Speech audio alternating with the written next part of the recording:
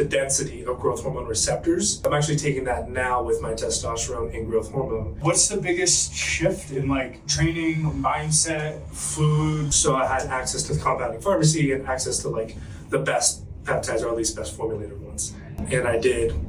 A lot of triathletes, a lot of endurance athletes surprisingly don't pay attention to nutrition. Take all the PEDs, eat all the food, work out as hard as you can. If you sleep 2 hours, it's not going to do anything. Most runners are scared to work out and put muscle on. After working at my last clinic, I realized a couple $100 for people is not as important as their health. Any PED is actually boosting recovery. A lot of the patients I would prescribe it to would take it and continue to eat pizza. Welcome back to another episode of Beyond the Brain. And here I have Jonathan Rosado.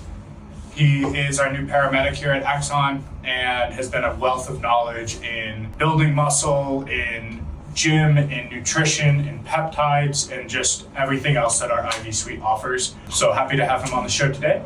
We're going to be chatting a little bit about those things, building muscle, IVs, peptides, things like that. You're prepping up for a show. Yeah.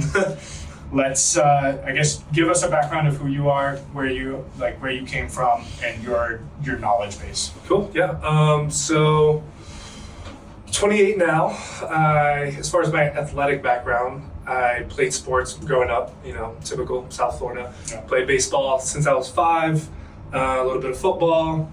A lot of that in high school. Long story short, got injured, typical arm injury during baseball. So scholarships kind of went down the drain. So when I went to college, I was like, what's next? Went into CrossFit. And that was fun. Learned a lot there. Got injured, unfortunately, because didn't take it too serious as far as stretching and mobility and all the recovery modalities that you need to do, especially with CrossFit. Yeah. Actually herniated my disc doing a power clean, and that led me into going into the pool for recovery. And then started swimming, started biking, and then I got into triathlons. So I did 2 Olympic triathlons.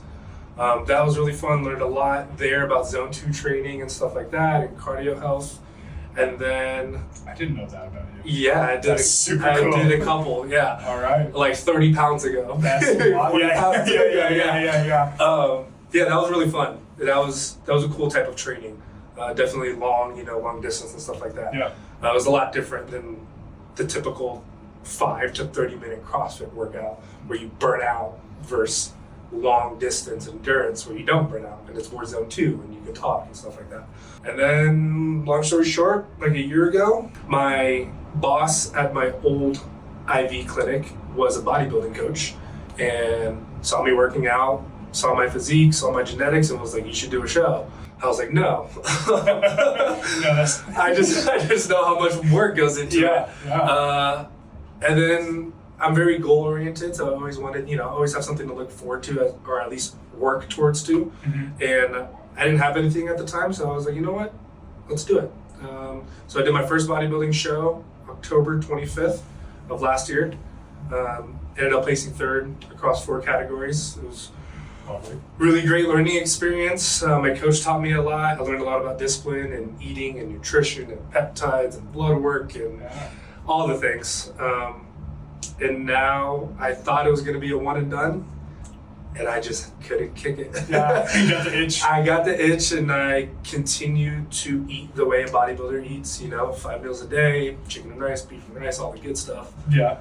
And I just love the grind and trying to get bigger and better. And now I think I'm about 80% sure I think we'll do a show in December.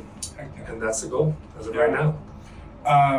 What were those big different, I feel like there's very little people who've done bodybuilding shows and triathlons. That's a good point. I never thought about that. What was what's the biggest shift in training, mindset, food, sleep, that's all of that, what peptides, I mean, were you into peptides at that time? No.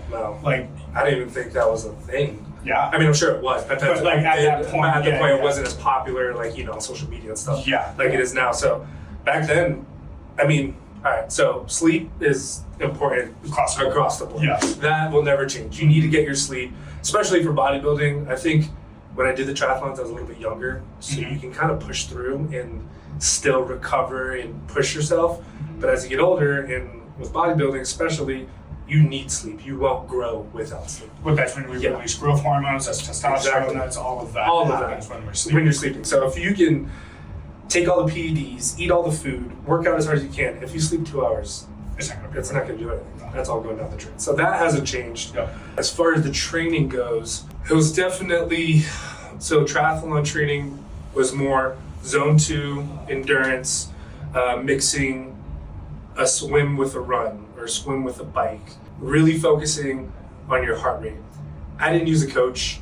I read a book. I was like, I'm just going to follow this book. Yeah, okay. So didn't really get taught how to train zone 2, but like through the book, I basically just focused on zone 2 training, tempo runs, stuff like that.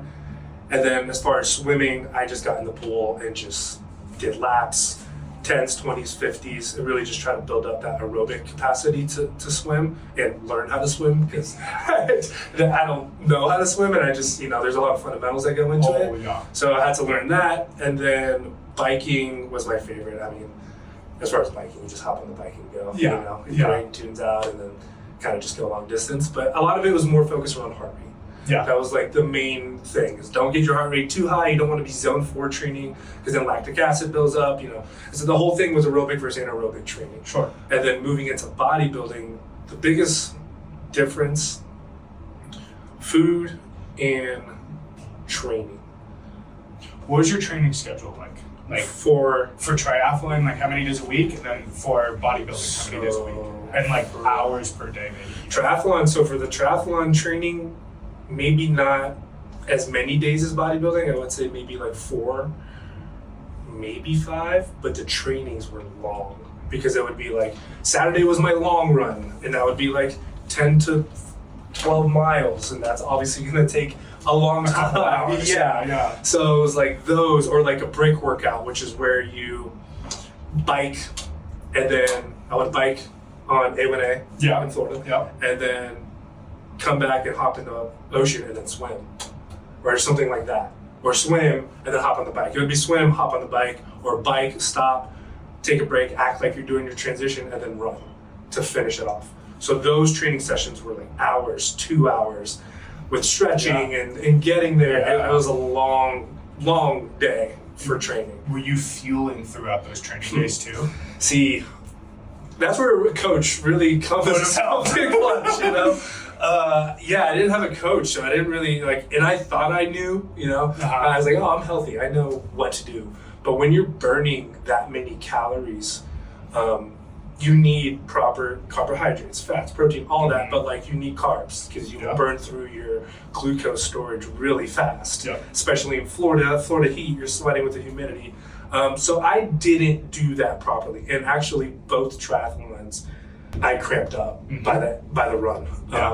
The second one I definitely took more into account, as far as electrolyte intake, and then having a carb source, whether it be the gels or the gummies and stuff like that. So that definitely helped. But during the training, I wasn't focusing on nutrition. Yeah. Which, if looking back, if I did, I think it would have played a big factor in my outcomes of the races. It's important, and I feel like a lot of triathletes, a lot of endurance athletes, surprisingly don't pay attention to nutrition the way that bodybuilding does. Yeah, but they're both equally Yeah. important. Yeah. Right? Our one patient who's biking around the world, he's Yeah. pedaling around the world, he's like, did you know I was supposed to be eating carbs while I exercise? I'm like, dude, you bike 100 miles. Did this just hit you? You should be eating crazy. during that? Yeah. And it's our VO2 max test, and it was at this zone of heart rate, he was burning 15 kilocalories per minute that he needs to be replenishing per minute. That's 70 or so per hour, right? That's a couple gummies, which is perfect, but we do need to have those things, especially. And you need to know those things. Those things. It's not just you just guess, you're like, oh, it's 15 minutes, let me have a gummy. You should be on. You should be calculated, especially with something that magnitude. And distance, it's the smallest things make a big difference, right? And that technique with swimming is kind of like that too. Right? Especially in triathlon, during the race, or any race really, or competition for that matter.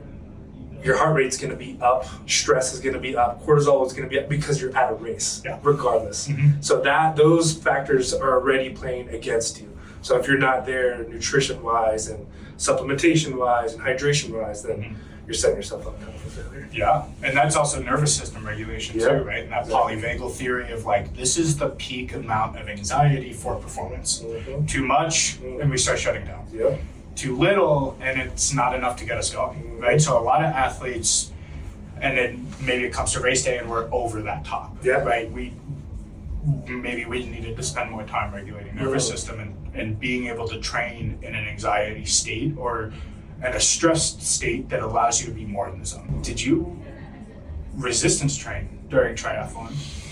Which I think another piece Not the first time. Yeah. I feel Not like the first time. all runners need to be working. Yeah, and that was in the book that I read, ironically enough, and then the first one, I was like, I'm doing so much, and I already had, like, my mindset was like, oh, I already have the strength for it. It's just not true. Like, if you're gonna be running and biking, you're gonna build some muscle with the bike, but you need a strength training. You need resistance training to have the muscular, not only endurance, but the strength to be faster or go this amount of length, this distance. So I did it the first one, and the second one I did, and it was like a world of a difference. Yeah. Well, if you can squat your body weight 10 times versus 50 times, you're more efficient with your muscle use. Each press off of each step you take while you're running is that much more efficient, is that much less of a burn, and it just built. And my cardio on the second triathlon with the bike was significantly better. The first one, I remember I was just so burnt out. And on the second one, because I strength trained, or at least I owe it to that, and I think it was because of that. Like my bike was so much smoother. And when I got off the bike, I was ready to run. And I was like, oh, damn. My legs are burning kind of thing, So. And I feel like most runners are scared to work out and put muscle on and fear that it's going to slow them down. That's what I thought of. In the same way. In the water, if I'm swimming, I'm going to be heavier. Why would I lift? I'm doing what I'm going to be doing in the race as far as my training goes. Why do I have to add another stimulus? That was naive thinking. Cross training is very efficient and proven. And I mean, even when we look at bodybuilding, most bodybuilders don't want to run in fear that they're losing their muscle mass. And it's like, if we just fueled properly, you aren't going to be burning that muscle. It's basic nutrition. So I guess we didn't really know peptides back then. What other, let's call them performance enhancers, right? But not necessarily PEDs. Maybe they are, I don't know. But what in bodybuilding, what was your stack like? What did you add on? If you were to do another triathlon, what would you change about that then? Would you stack on any other peptides and things that you know now? For sure. I mean, so for the first show, I did a base of testosterone, which everyone does. Unless you're doing a natural show, obviously that's different. You get tested for that. I didn't do a natural show, I did a regular show. So I just did testosterone. Towards the end, I did include PEDs like Anavar, which is an oral steroid, to help with tissue preservation while you're on a cut. So I just did those two things because it was my first show. I didn't want to do a lot. I'm very prone to acne, so I didn't want to just jump the gun. It was my first show. So those, along with a handful of peptides, because I was actually working at a hormone replacement therapy clinic. So I had access to the compounding pharmacy and access to the best peptides, or at least best formulated ones. And I did BPC TP500. Classic. Very common, very classic. Everybody knows that. Wolverine stack. Wolverine stack, exactly. Good for inflammation, tissue healing, gut health. It actually increases the density of growth hormone receptors. So I'm actually taking that now with my testosterone and growth hormone to enhance the efficacy of the growth hormone. Love that. Which I think is pretty cool. But I did the BBC TP500, KPV for inflammation modulation. Also huge for gut health. Crazy for gut health. Amazing for IGF-1 LR3. There's mixed reviews in the bodybuilding community whether or not it is effective, but injected locally at sites, it's supposed to increase tissue growth. So I did that on my legs, and I think my legs grew a little bit, but in comparison to actual IGF-1, which you can take, which is like kind of more for like seasoned bodybuilders, the comparison is kind of drastic. But I took that as well. Growth hormone secretagogues. I took CJC Ipamorelin. I would say that helped with sleep and recovery. That's interesting with and I'm just gonna back. Yeah. We were just chatting with MD out there. Yeah. And you had brought up an interesting concept that I've never necessarily thought about, but individuals with less IGF-1 in bloodstream usually have less production and receptors for IGF and that growth factor. And if we're going to use a secretagogue or something that's going to help increase secretions based on those receptors, you had found that including that and those individuals tended to not really increase too much. Theoretically, right? Yeah. Would preloading BPC 157 TB500 to increase density then have a better effect for IGF-1 on those individuals that might be low and might have a limited receptor base? Yeah, I think so. Yeah. So going into that, I think for me, I mean, I was 27 when I took it, the growth hormone secretagogue, so the CJC Ipamorelin. So I think I had enough growth hormone to be released by the pituitary rather than an older gentleman, say Dr. Gordon, who maybe has always had low IGF-1 and then takes that secretagogue at age 50, and you're already rate limited by how much you're producing naturally. So taking a secretagogue that increases your natural production when you already only have so much, is it efficient? Yeah. Not really. Yeah. So but the BPC in conjunction with a growth hormone secretagogue or with growth hormone is more effective. Yeah. And I think with pop medicine, highlighting peptides more and more is important to understand if it is a secretagogue or if it's an identical or a biosimilar, right? Or maybe not biosimilar is the best word, but a similar that would be more acting like the thing, like a BPC. Yes. Right. Yeah. BPC is a direct replacement of that peptide. Yes. It's not a secretagogue. Yeah. Right. So that is, I feel like not a lot of people know, but they'll just be like, oh, I saw IGF and I'm going to take that. Or I saw BPC, I'm going to take that. Yeah. Understanding, working with the team is super important to like know what you're doing too. And as far as adding peptides, I would definitely add like to my triathlon training. The BPC TB500 for sure. Yeah, I mean if you're wear and tear that you're putting. I was sore every day. Yeah. Like significantly sore. Well, and we say this all the time. I just said it, wear and tear, right? But it's really a wear and lack of repair, right? And that inflammation in those joints build up, which then restricts the blood flow, restricts nutrient, oxygen delivery, reduces the ability to recover and repair. Now insert DB500 or BPC 157 in that combination, they tend to work better together. Not only are we now reducing the inflammation, we're also enhancing the recovery of those tissues and of those cells in that area. And then you have the blood flow, the nutrients, the oxygen to help deliver, so the recovery rate speeds up. And I think BPC 157 TB500 is a go-to for most athletes, endurance or anaerobic. Yeah, even bodybuilding. Now, I mean, I've experimented with a lot of peptides in the last year, and the one that I will stick to and is probably the best is the BPC and the TB500. Yeah. I mean, it is indicated for just about everyone, especially if you're working out, or if you have gut issues, or if you have a tendon injury that from 10 years ago, like so many soft tissue injuries that are never repaired. Like BPC is the one. Yeah. And it is as much anecdotal evidence as we have out there, and how many clinics and people are using it with success. The inverse of having an absolute desert of peer-reviewed literature to support this is concerning and intriguing at the same time. Because there's no shortage of people using it. There's no shortage of data points, right? But why or what is the limiter of conglomerating all this information and putting it out into a piece of paper and into evidence that we can all point to? Because right now the best we've got is like mostly anecdotal, or animal, in vitro, none of it shows in human use. And I don't know anybody we've done BPC TB500 with that didn't see the changes we were looking for. No.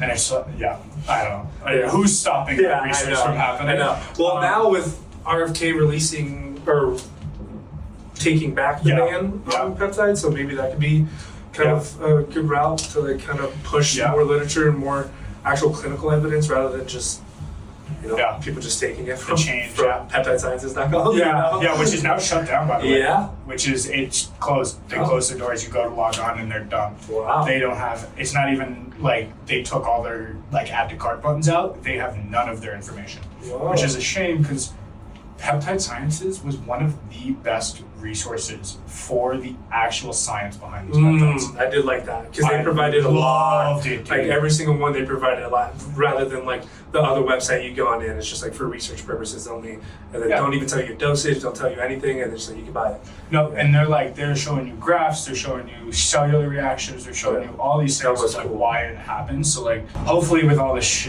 change, they come back in an ability to educate in a resourceful way for people, because I think that is the unfortunate aspect of that being shut down. Yeah. But peptides should be from compounders, right? They are this amino acid in between a protein, and it's kind of in the middle. And what else is like that is our immune signalers, viral loads, bacterial. Like this can go very poorly if that structure gets misfolded in any capacity, right? And BPC, before we started having acetates and things, was super unstable. I mean, to the point that if you took that vial of unconstituted powder and you shook it, you'd break them all. Like it would all be not BPC then. And it was like, now we're starting to have better stability, but it's still important because you get it from this research grade online site, and it's like, dude, and for the most part, they're really good. But like, if you are immune sensitive, if you do have things going on, if you've just had a concussion, if you have other metabolic issues, you best do it under the guidance of a provider. That way you're getting compounded peptides and it's not running the risk of misfolding or denaturing or whatever. Or just being made with toxins or made with metals or, or just not even the actual ingredient. Or not at all. Yeah. 99.9% of what purity? Who is? Well, but here's the certificate. Yeah, we're number one pizza in New York. Like, who's rating these 99.9s? You just put it on. You just put it on there. Nobody's actually testing. And nobody really cares enough to. Which is crazy to me personally. It's like you're injecting medication into your body. You would think you would want to go the compounding pharmacy route, but after working at my last clinic, I realized a couple $100 for people is not as important as their health. Or it is more important than their health. Yeah, I don't know what it is, but everybody's like nickel and dimes their own health, and it's like, dude, you don't do that with anything else. You're not going to do that with your roof on your house. You're going to do that with the plumbing, the electricity, your car. None of that. Like, let alone you want to do it with your or going out with friends. Right? Exactly. Like, you're not going to think about that. You're just going to go hang out with friends, and next thing you know, you drop $200. It's the weekend. It's Saturday night. It's interesting. And the patients will get like a GLP-1 off the website and wonder why they're throwing up for 5 days. We got nausea. It's like, oh, dude, I don't know what that is. Well, do you even need that, right? Yeah, and GLP-1s are. When I think peptides, I actually don't think GLP-1s like at all. Me neither. I think of all the other benefits, all the other ones that are real goodies. And it's funny we say that, but most HRT or peptide clinics, that is their main sell. That's their only peptide. Is GLP-1s. And it's like Hannah, Dr. Wadsworth was chatting like, what is the psychological implication of this quick fix, of this drastic weight loss? That's a good question that's been 10 years in the making, and you are unwilling to put another 10 years to make that correction. You want it in 10 weeks. 10 weeks. That's a problem, dude. That is, we are so ingrained in our society of these quick fixes of what's going to get me there with the little amount of work. These 4-hour work weeks, everything's trying to get shorter and easier and working less and challenging yourself less, and nothing's the simple answer. No. BPC TB500, as great as it is, if you aren't sleeping right, if you're not eating right, if you're not drinking enough water, what are we doing? Yeah. And the same way with TRT, your numbers are low, that's great. My numbers are low. Mm-hmm. I know I don't eat enough protein. I know I don't sleep enough. I know I don't exercise enough. I'm not going to hop on a TRT And just because my numbers are low Yeah. and expect it to be my lifesaver and my golden ticket snake oil that's going to fix all my problems without me putting the effort in to make those changes. Yeah. If I worked hard for a quarter, I got my sleep down, I'm drinking an ounce of water, I'm drinking a gram of protein per pound of body weight, I'm doing these things, and I'm subjectively still feeling off and my T levels are still low, let's talk about it. Then we can talk about it. But until you make those changes and you are sticking with it, and I'm not talking a week, Yeah. right? Like this is months and months and months of having that shift. Then we can chat. But like, just because your numbers are low doesn't mean anything. It's the same thing going back to the GLP-1s. It's a supplement. A lot of the patients I would prescribe it to would take it and continue to eat pizza and not worry about their protein intake and not take the fiber and not get the sleep and not drink the water and not do exercise. And it's like, it is a supplement to your lifestyle. Yeah. So if your lifestyle's not there, then we cannot supplement that because it's not going to cure it. It's not an end-all be-all.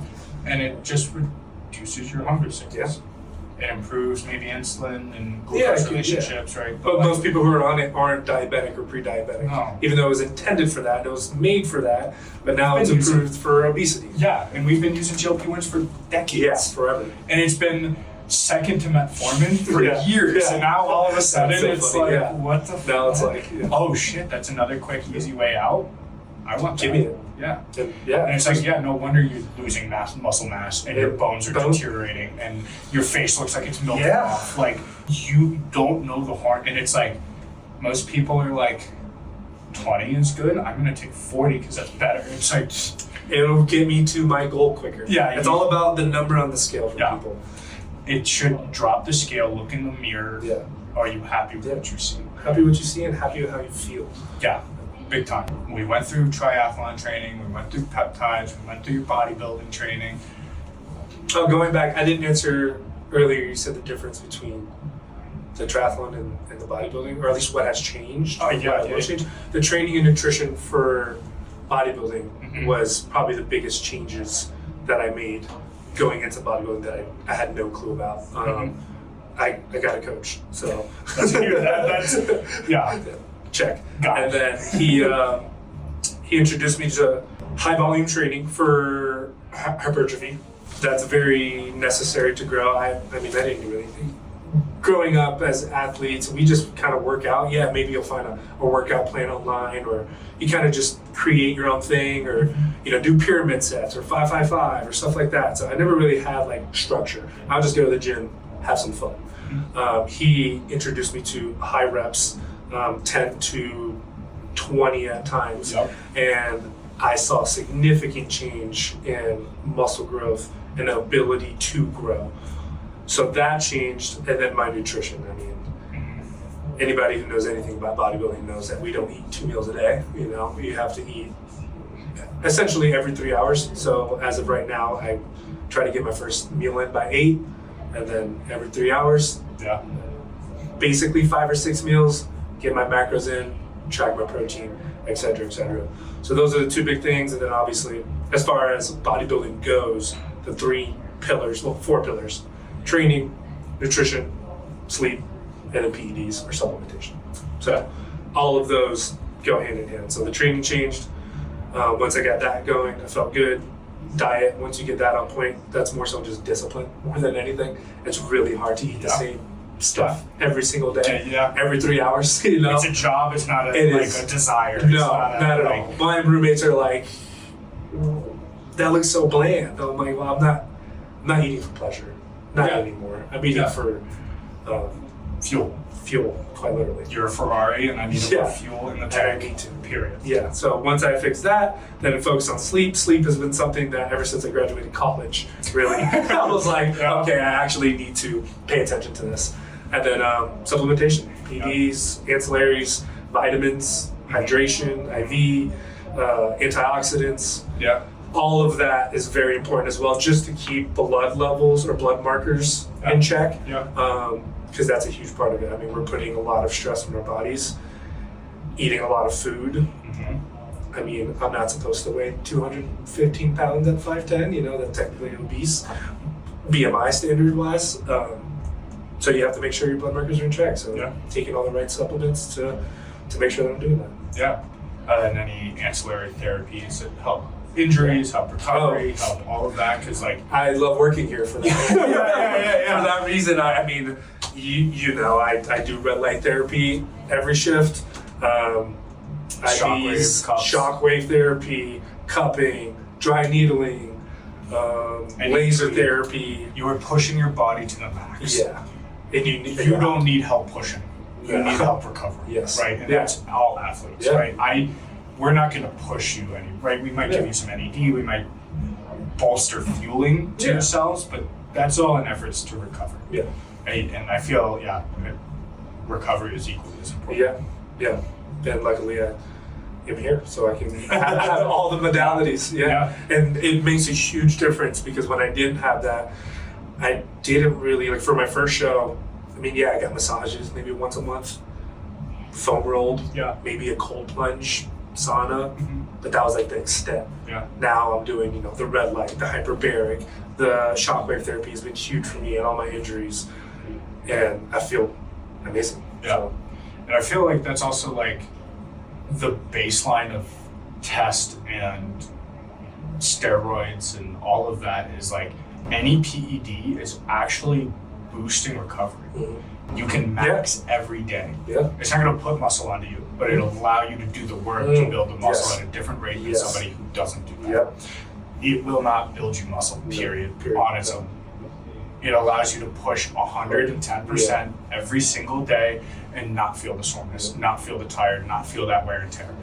And I feel like that's also somebody, people don't see that. And these supplements, these vitamins, these PEDs, peptides, it's helping you do the work better. It's not doing the work for you. No. So that's a clear, that's a very important distinction that we need to make because a lot of people, especially now, unfortunately with social media, TRT is a hot term for kids, quite literally, under 25 who are I need to hop on TRT. It's no, you don't. And then they get on it and they gain weight. It's basically all water. And they're I'm getting muscles. No, you haven't changed anything in your lifestyle. You just started injecting testosterone. So you're gonna have a little bit more water retention. Yeah. That's what's your lifting? What are you chasing your numbers? Are you tracking this? Are you tracking that? Yeah. Like I said, it goes back to all the different pillars that you need to focus on prior to implementing any peptide or PED. Yeah, 100%. Baseline status of health is most important. Awesome. Thanks for this chat, man. It's been absolutely phenomenal. You can do this all day. Yeah. Well, if you guys want to hear anything more about any of the topics we chatted about, if you guys want to see John again, let us know in comments, all the things. This has been, I feel like all of our conversations are equally as stimulating and riveting. Hopefully y'all found it stimulating and riveting as well. We'll stay tuned. Follow us on Instagram, all the things. And we'll probably have some updates on John's show coming up in December. Any last closing remarks? Cool. No, thank you. Yeah. I appreciate it. Absolutely, dude. Thanks for doing this with us. Cool.